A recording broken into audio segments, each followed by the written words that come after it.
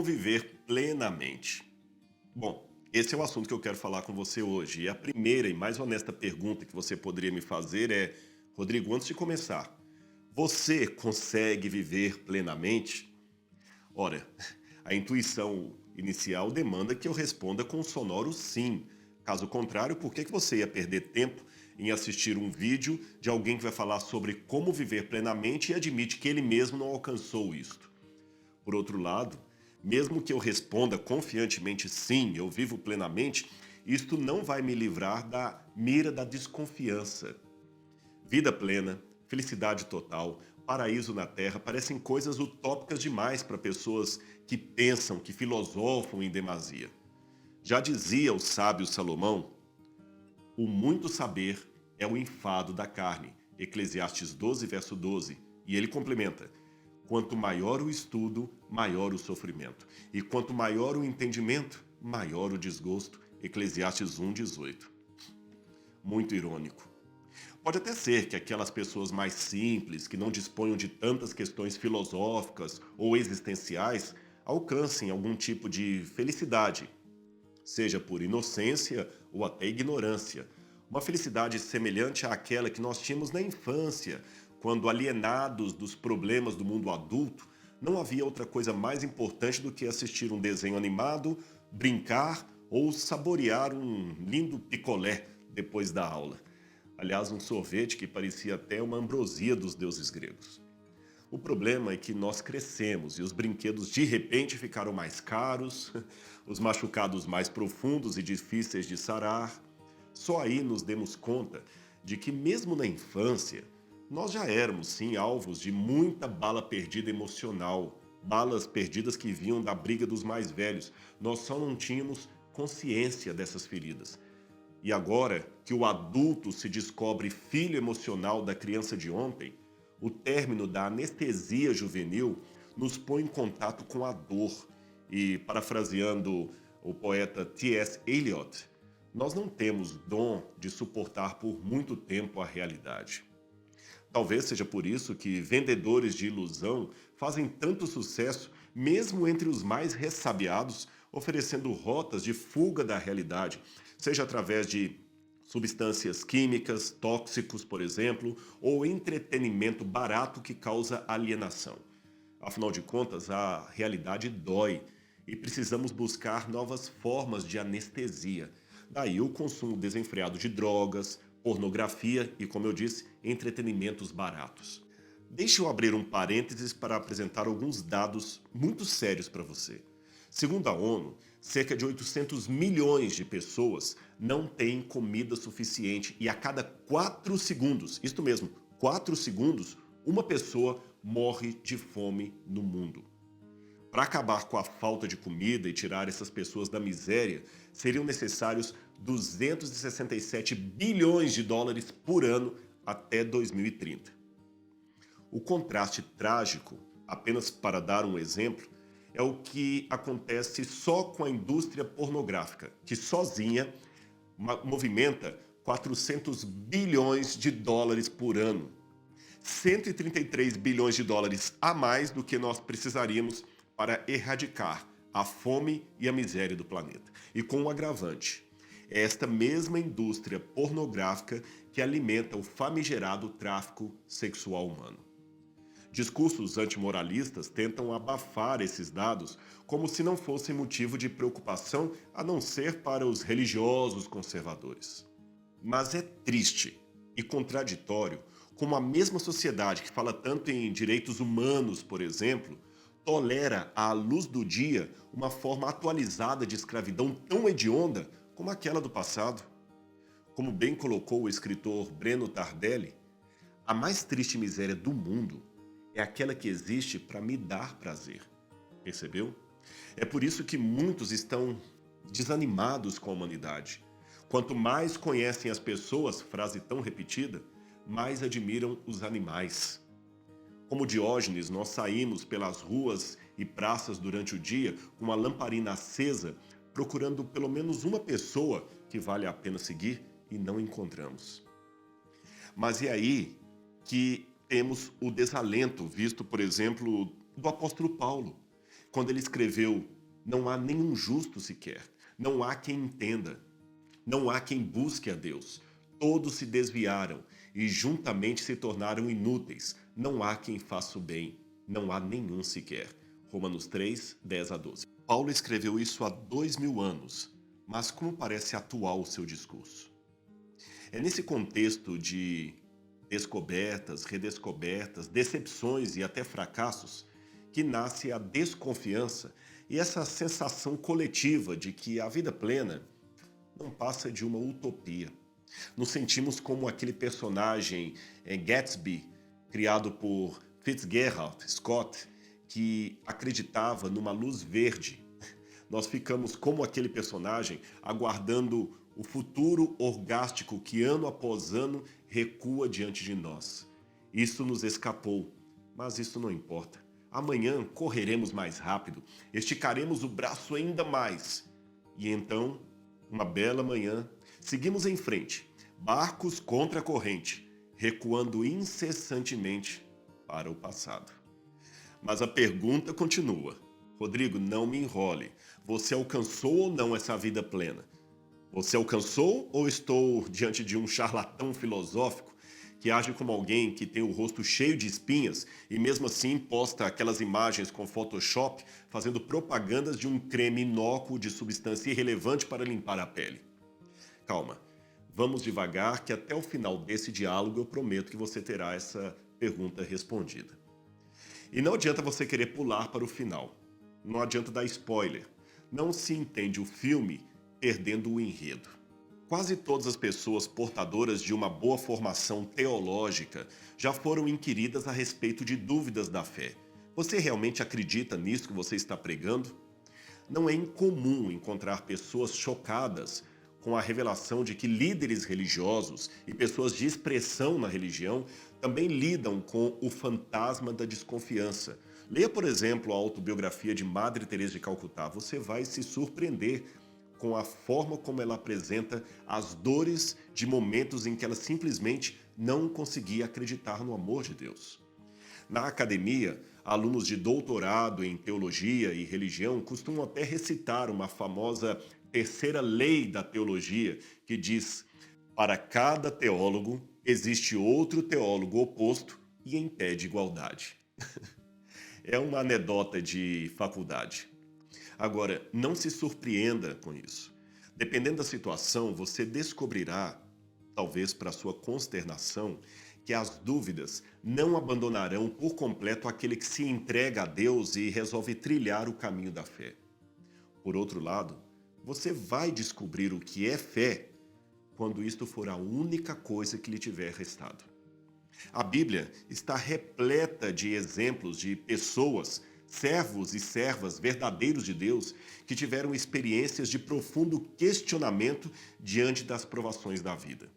Até quando, clamava Davi, me esquecerás, Senhor, para sempre? Até quando encobrirás de mim a tua face? Você pode ler isso no Salmo 13, verso 1. Numa outra passagem de Abacuque é dito: por que ficas em silêncio, Senhor, quando os ímpios devoram aqueles que são mais justos do que eles? Isto foi questionado por Abacuque 1, verso 13. Aliás, Abacuque, ironicamente, significa o abraço de Deus. Uma vez, eu entendi num diálogo com um ateu que havia vindo da Alemanha o porquê do seu ceticismo e que pode ser o ceticismo de muita gente, ou a razão do ceticismo de muita gente.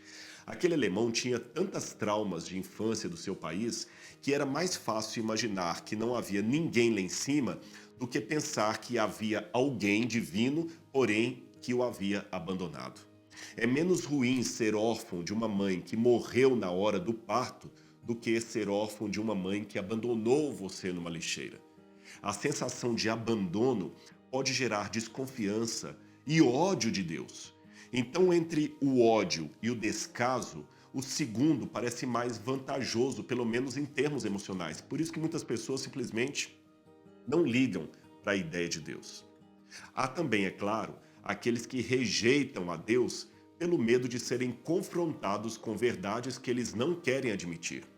É a fuga psicológica semelhante à do neurótico que arranja argumentos para não ir à terapia Ou daquela criança que esperneia diante da seringa, gritando que o machucado já sarou.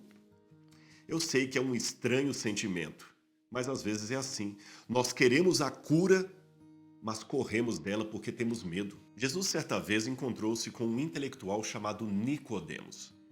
Na verdade, foi Nicodemos que procurou uma entrevista com Jesus às escondidas, à noitinha, talvez para evitar o preconceito dos seus colegas ou quem sabe até represálias. Jesus respeitou os medos do moço e resolveu conversar com ele. Na verdade, talvez fosse até mais velho do que Jesus. Porém, naquele diálogo, Cristo não escondeu de Nicodemos aquilo que ele realmente precisava ouvir. Meu amigo, você precisa nascer de novo. Apesar da grande cultura, ele não entendeu a princípio o que Jesus queria dizer. Talvez esperasse uma resposta complexa, cheia de aforismos e dialéticas, mas o que recebeu foi uma verdade simples e direta, que causou um nó na sua cabeça. Mais do que um conselho, uma charada ou uma dica, o que Jesus fizera foi um apelo direto ao coração daquele homem. O que muitos precisam entender, e talvez você mesmo que está me vendo nesse momento, é que Jesus não veio à Terra para tornar você melhor pai, melhor mãe, melhor funcionário, melhor membro da sociedade. O Evangelho não oferece apenas melhoria, o Evangelho quer transformação, renascimento. O grande problema é que preferimos a analgesia que nos deixa bem do que a cura definitiva. Nós não queremos ser salvos, embora desesperadamente clamamos por salvação. É uma atitude bipolar que nós vemos em muitas pessoas. E é por isso que a busca por conexões com a vida nem sempre é isenta de conflitos, especialmente emocionais. Crescer dói. Curar dói mais ainda, especialmente se o processo da cura e da salvação se dá em meio a um grande conflito. E se você se lembrar da lição 10, eu expliquei para você que nós estamos numa guerra cósmica do bem contra o mal e não há tréguas. E com um detalhe, nesta guerra, os dois lados querem você. Daí a necessidade de Deus lutar por você e com você. Por que Deus luta comigo? É porque Ele quer me treinar para a batalha. Ele quer me preparar para ser um soldado. E não se prepara um soldado num ateliê de costura. É o combate simulado que o capacita para as verdadeiras batalhas. Veja o caso de Jacó.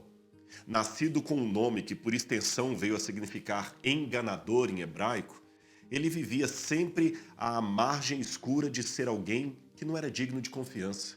Aliás, engano era o termo que resumia toda a sua vida, ora enganando, ora sendo enganado. Vale a pena ler a história de Jacó no livro do Gênesis. Mais tarde, Jacó passou a se chamar Israel, um novo nome com um novo significado dado pelo próprio Deus. Eu vou explicar isso para você. Na cultura do Antigo Oriente Médio, o nome significava a história de vida de uma pessoa, de modo que mudar literalmente de nome significava mudar literalmente de vida. E como Jacó conseguiu essa mudança? Lutando ardorosamente, consigo mesmo e com Deus. Eu explico por quê. Esta luta que Deus tem com a gente, muitas vezes, é para nos treinar, como eu falei, mas também é porque nós resistimos à cura, nós resistimos à salvação. Sabe aquela criança que o pai tem que conter porque ele está esperneando para não tomar a injeção? Deus às vezes tem que fazer isso com a gente. É por isso que nessa luta consigo mesmo e com Deus, o próprio Jacó saiu sequelado. E às vezes, a luta da cura deixa sequelas, por mais estranho que pareça. Deus, na forma de um anjo, apareceu no fim de uma madrugada e preparou um cenário de luta com Jacó que certamente se identifica com muitas terapias de choque que seriam desenvolvidas no futuro por diferentes linhas terapêuticas. Mas foi algo talvez ainda mais profundo do que isso. Era a alma de Jacó que estava em jogo ali. E foi na luta desenfreada com o suposto anjo que Jacó pôde ter o seu nome, a sua vida e a sua realidade todos transformados. Ele agora não era mais Jacó, era Israel. Nome que literalmente significa aquele que luta com Deus. E o mais importante, ele venceu. Esta mesma batalha de Jacó está sendo travada hoje, todos os dias. Na verdade, talvez nesse momento. Deus não obriga ninguém a aceitá-lo, mas também não desiste facilmente. Entenda que Deus luta por você como um pai de amor que suplica incessantemente ao filho pródigo que volte para casa. Deus, meu amigo, Deus é como uma mãe em desespero tentando salvar um filho de uma casa que está pegando fogo. Você poderá não entender por que Deus permite que algumas coisas aconteçam com você e impede outras. Mesmo assim, eu te suplico, confie em Deus. Lembre-se que justamente por não determos todo o conhecimento do mundo, faz-se necessário que muitas vezes, em muitas situações, pela fé, nós nos sujeitemos à voz, à visão ou ao trato de um especialista. Isto acontece quase sempre. Afinal, nós somos leigos em 99,9% de todo o universo de saberes que está ao nosso redor. Lembre-se também que, por mais esperto e inteligente que você seja, o especialista poderá fazer coisas que não farão o menor sentido na sua cabeça. Até o grande Einstein admitia com frequência, em sua correspondência com Freud, as dificuldades que ele tinha para compreender as obscuras regiões da vontade, do sentimento e do inconsciente humano. E Freud, por sua vez, também admitia que não captava nem o início das bases da teoria da relatividade do seu amigo Einstein. Ora, se dois grandes gênios poderiam admitir que tinham dificuldade um de entender a especialidade do outro, por que eu vou insistir em querer saber mais do que o especialista e, nesse caso, censurar os atos do especialista maior que é Deus? Veja que irônico. Mesmo sabendo que erros médicos afetam 138 milhões de pessoas por ano no mundo, ainda assim, se eu estiver doente ou sofrer um acidente, vou implorar para que me levem para um hospital, porque apesar dos muitos erros médicos, aqueles profissionais ainda são a melhor opção que eu tenho. Ora, se eu sou corajoso bastante para entregar a minha vida nas mãos de um cirurgião que é humano e falho, por que serei reticente para entregar a minha vida nas mãos de Deus, o único especialista que não comete equívocos? O Fausto de Goethe é uma obra que prepara bem o epílogo da conversa que eu quero ter com você hoje. Ela é a própria imagem das inquietudes da vida do autor, das suas lutas, da sua tragédia que ele acabou transportando para o romance. O texto ilustra também a luta de todo ser humano moderno em busca de significado, entendimento e também de plenitude de vida. A ciência e o racionalismo tentam nos convencer que Deus não sabe e o diabo também não existe. Não obstante, a despeito desse ceticismo, todos nós nos sentimos presos, à mercê do inimigo. Estou de novo citando o Fausto. Nós fomos, de certa forma, seduzidos pelo inimigo. E à semelhança do doutor Fausto da trama, nós carregamos o fardo do pacto com Mefistófeles, que é o diabo na história, sem ao menos saber como fomos parar naquele pacto. Só sabemos que, assim como a serpente do Éden, o demônio, nosso e o de Fausto, oferece conhecimento em troca de servidão, paixão em troca de amor e eternidade em troca de sujeição. Na continuidade da trama, Mefistófeles, que é o demônio, visita a Deus no céu e ao lado dos anjos discursa sobre a infelicidade e a miséria humana. Ele admite que a inteligência e a razão pouco servem, pois ao final todos nos tornamos brutos. O problema está verdadeiramente narrado no livro do Gênesis. Nós fomos seduzidos pelo conhecimento do bem e do mal que a serpente oferecera e acreditamos na oferta. De fato, nós estamos até enfadados de tanto conhecimento. A sensação que temos às vezes é de que quanto mais informação acumulamos, menos felizes nós somos. Só para você ter uma noção, todos os anos são produzidos 1,5 bilhão de gigabytes em informação impressa, ou também em forma de filme ou arquivos magnéticos. Mas isso dá, em média, 250 megabytes de informação para cada homem, mulher e criança do planeta. Em outras palavras, eu precisaria de 10 computadores pessoais para cada pessoa do planeta apenas para guardar a parte da informação que caberia a essa pessoa. Numa outra comparação, eu li esses dias que apenas uma edição normal do The New York Times conteria mais informação do que uma pessoa comum poderia receber durante toda a sua vida vivendo na Inglaterra do século XVII. Mesmo com esse aglomerado de informações, nunca fomos tão ignorantes em relação às questões centrais da vida. O conhecimento, conforme admitiram Rockmeier e Adorno, ambos da escola de Frankfurt, o conhecimento para eles é uma forma de ilusão, instrumento da astúcia para quem trabalha com a racionalidade. Vamos à Bíblia? Olha o que ela diz. Onde está o sábio? Onde está o erudito? Onde está o questionador desta era? Acaso não tornou Deus louca a sabedoria do mundo?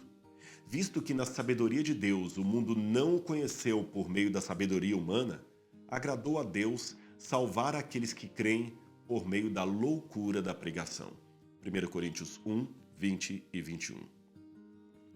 No final do enredo de Fausto, cansado da sabedoria vinda de uma montanha de livros que o cercava, ele não anula o valor da cultura, mas percebe que existe vida e salvação fora dos livros e fora da academia. Uma cena de salvação, então, é encetada na trama. Fausto encontra-se com Deus. Agora, da fantasia de Goethe para a vida real, não estaria na hora de você também se encontrar com Deus, se encontrar com Cristo? Eu quero dizer que Ele anseia salvar você. Basta deixar que Ele faça o trabalho. O seu papel é só aceitar e não atrapalhar. O resto é com Ele. O que lhe dirige essas palavras, agora estou falando de mim mesmo, eu sou alguém que fui alcançado por essa graça de Deus. O processo de cura e maturidade tem durado toda a minha vida e eu sei que vai ficar comigo durante a vida toda. E eu confesso, não tenho medo de dizer, eu não alcancei a perfeição ou a impecabilidade. Eu ainda cometo erros, cometo pecados, dores ainda me afetam, lágrimas rolam pelo meu rosto. Contudo, eu posso afirmar para você que eu adquiri uma certeza existencial que, apesar dos muitos protestos e argumentos do materialismo, está forte dentro de mim. Eu sei aqui dentro, na minha alma, no meu coração e na minha mente, que eu não sou apenas fruto de um acaso, de um acidente cósmico. Sim, eu descobri, meu amigo, que há um propósito na minha vida, há um Criador que cuida de mim. As coisas ruins são passageiras e as agradáveis apenas uma degustação do paraíso que me aguarda. As profecias da Bíblia me permitem conhecer o enredo da história e o que está nos bastidores dele. E na marcha e na contramarcha das nações, eu posso ver Deus atuando para o seu propósito final, que é a felicidade humana. Aliás, lembro aqui agora que foi o próprio Nietzsche que disse certa vez: se tivermos um porquê na vida, então enfrentaremos qualquer como. Plenitude de vida? Depende. Quando a nossa alma está enferma, nem o tudo será o bastante. Porém, quando nós permitimos a cura divina e a presença de pessoas que nos amam e um contato constante com a espiritualidade, aí eu posso dizer, a choupana se transforma num palácio. E até uma situação triste num hospital pode se tornar um ambiente, um cenário de amor. Não, eu não terei tudo, mas aquilo que eu tenho será o suficiente. É claro que nem tudo são flores. O Evangelho não me trouxe a ilusão de uma realidade cor-de-rosa. Há percalços pelo caminho e pode ter certeza, eu os enfrento todos os dias.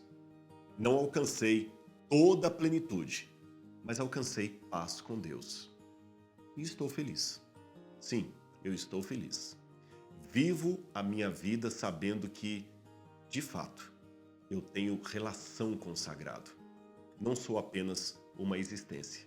Sou um ser vivo nas mãos de Deus. Decepcionado?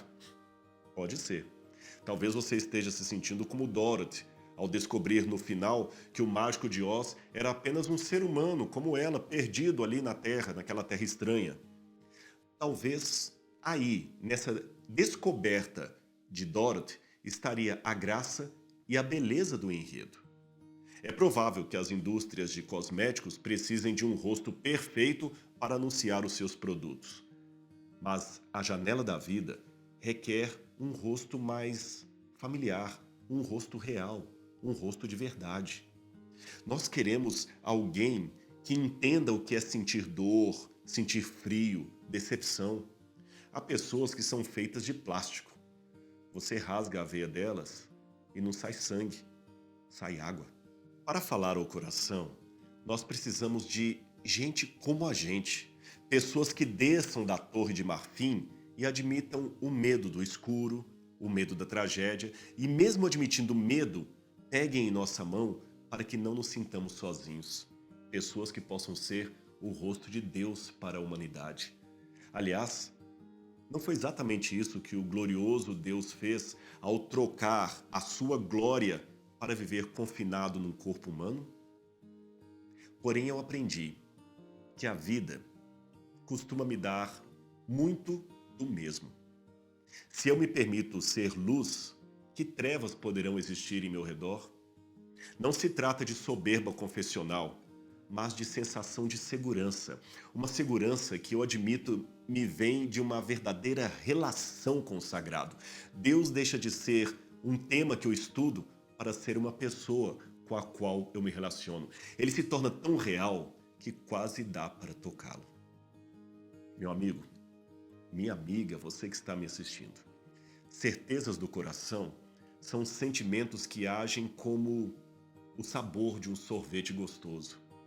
Não são irracionais, porém a razão pura não alcança explicá-los. Não há teorema, silogismo ou enunciado que ensine o momento do gosto, da sensação. A única coisa que nós podemos fazer neste momento é testemunhar para o outro quão agradável é a experiência que estamos tendo e convidar o outro a experimentá-la também. E é exatamente isto que eu faço com você agora, nesse momento. Que tal dar uma chance para o sagrado? Você não gostaria de experimentar Deus na sua vida? Eu falo para você, vale a pena viver com Deus.